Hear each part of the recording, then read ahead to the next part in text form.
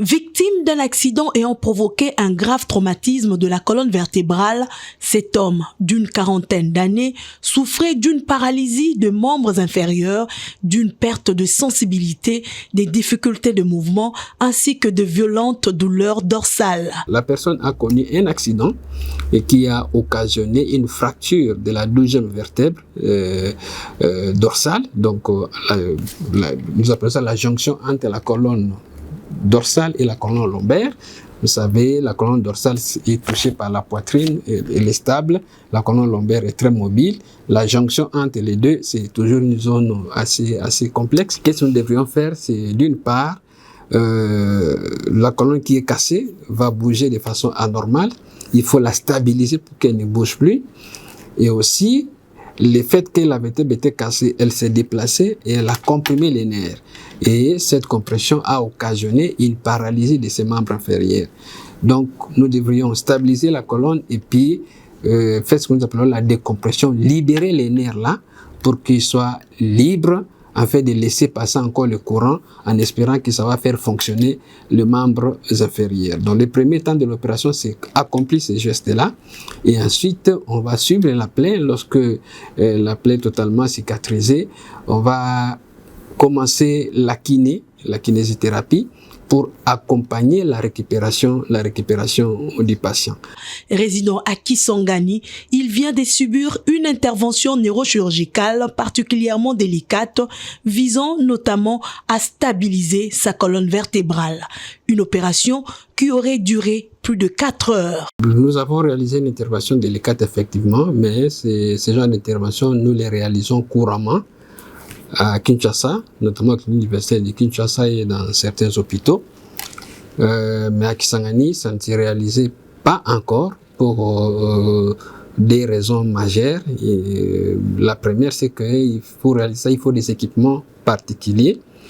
C'est-à-dire, il faut avoir les scanners pour faire les diagnostics, il faut avoir la scopie pour conduire l'opération, ce que nous appelons l'amplificateur de brillance.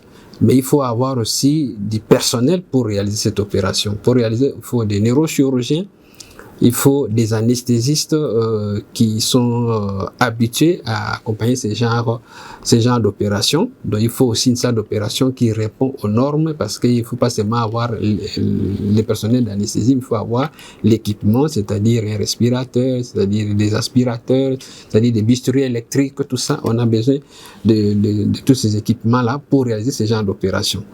Alors on a trouvé qu'il y a un hôpital à Kisangani, l'hôpital d'Esmet, qui réunit les conditions, du moins sur le plan de la salle d'opération, les équipements pour réaliser cette opération. Et nous avons eu le bonheur de former les premiers neurochirurgiens de Kisangani qui a été formé ici à Kinshasa, à l'université de Kinshasa, et dans d'autres pays où il est allé en stage, d'autres hôpitaux aussi.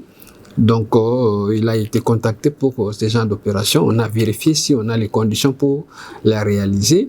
Et on a trouvé que l'hôpital réunissait les conditions comme ça qu'on s'est déplacé en équipe. Donc, lui et moi, et ainsi qu'un chirurgien général de Kisangani qui est attaché à la neurochirurgie. Donc, on a travaillé à 3 pour réaliser cette opération et on s'est fait accompagner d'un anesthésiste de Kinshasa qui est aussi habitué à travailler avec nous parce que c'est une opération assez lourde. Il faut vraiment un anesthésiste outillé pour le faire. Et c'est comme ça que nous l'avons réalisé. L'intervention s'est déroulée avec succès à Desmet Hospital de Kisangani, dans la province de la Chopo, dans un bloc opératoire moderne doté d'équipements adaptés à ces types de chirurgie hautement spécialisée. Une prouesse médicale qui ouvre de nouvelles perspectives dans la prise en charge locale de pathologies neurochirurgicales complexes. Ça s'est bien passé dans l'ensemble, on n'a pas eu de complications particulières. Et ce que nous avons encore aimé, c'est que les sacs qui couvrent sa moelle n'étaient pas déchirés. Donc on peut comprendre que les nerfs étaient plus comprimés que déchirés. Quand c'est déchiré, la récupération est beaucoup plus compliquée. Mais quand c'est seulement comprimé, on laisse la nature agir. Très souvent, ça finit par récupérer. Donc quelques jours après l'opération, les patients ont commencé à récupérer sur le plan d'abord de la sensibilité, ce qui est un bon signe. Maintenant, avec la kiné efficace qui va suivre, certainement, nous pensons qu'il sera debout et pourra marcher parce que nous avons déjà opéré plusieurs cas comme ça et qui ont fini par récupérer et surtout avec la réhabilitation après. Cette première intervention neurochirurgicale réalisée à Kisangani constitue un événement historique pour la ville et une avancée majeure pour la médecine en République démocratique du Congo. Désormais, certains patients ne seront plus obligés d'effectuer de longs déplacements vers Kinshasa ou à l'étranger pour bénéficier de soins spécialisés. L'essentiel est de commencer. Donc là, ce n'était qu'un début.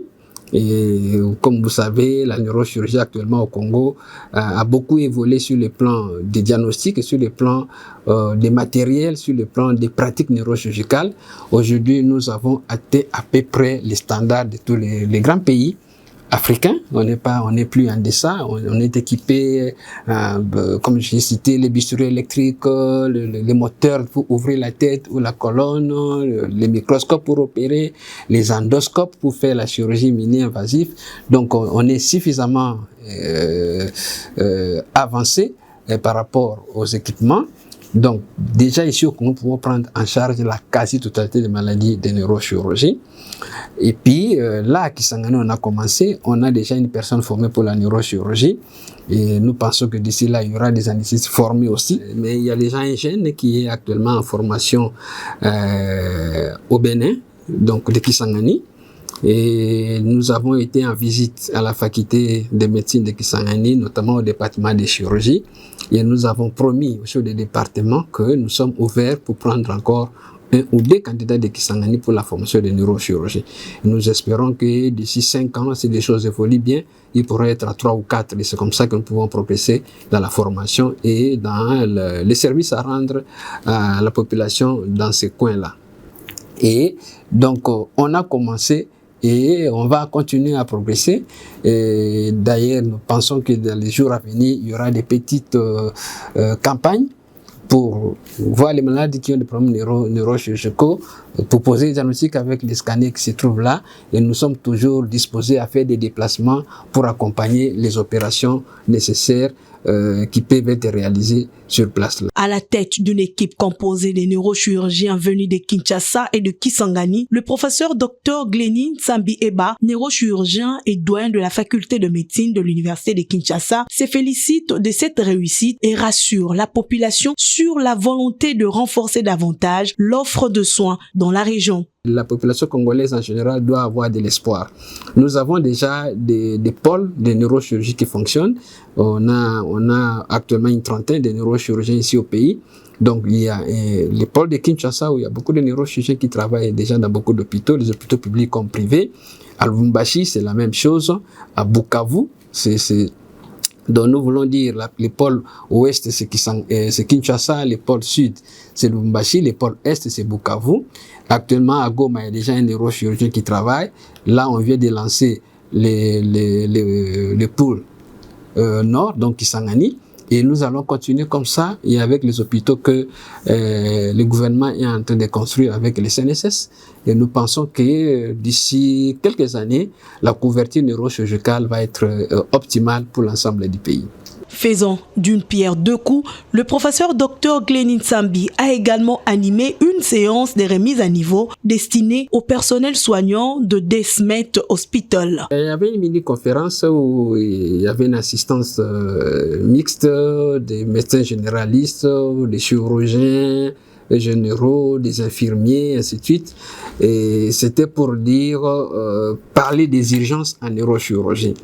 Les traumatismes, par exemple, que nous avons opérés, c'est une urgence. Et il y a d'autres formes d'urgence en neurochirurgie où vous aurez peut-être des difficultés pour les déplacer de Kisangani à Kinshasa, par exemple. Alors, on a voulu montrer qu'il y a des choses qu'il faut traiter, les pathologies qu'il faut traiter dans les 24 à 72 heures. Alors, il faut aller vite parce que le temps, c'est le système nerveux. Vous traînez, vous compromettez l'avenir du malade, ainsi de suite, qu'il s'agisse de la colonne ou tout comme de la tête ou du cerveau. Donc, le temps est vraiment un élément capital. Alors, on a énuméré les urgences pour que ceux qui sont là, qui rencontrent les malades, prennent conscience que les urgences neurochirurgicales existent et il faut agir vite.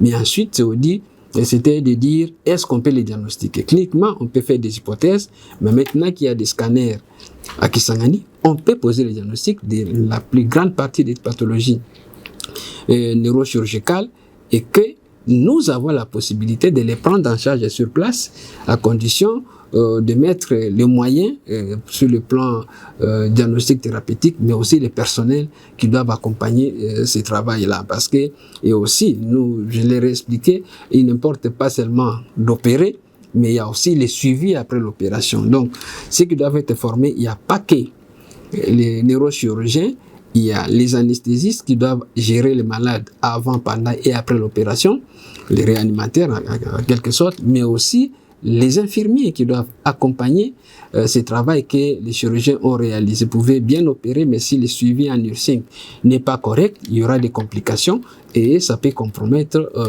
les suites opératoires du malade. Et déjà, nous, dans la Société congolaise de neurochirurgie, nous sommes en train d'envisager déjà la formation des infirmiers de neurochirurgie. Donc, parce que la neurochirurgie, c'est une chirurgie assez spécifique. Donc, ceux qui travaillent doivent avoir une formation de base pour comprendre notamment les soins, les suivis des malades opérés de neurochirurgie. Une formation axée sur la prise en charge des urgences neurochirurgicales dans le but de renforcer les compétences locales et d'améliorer la qualité de soins offerts aux patients.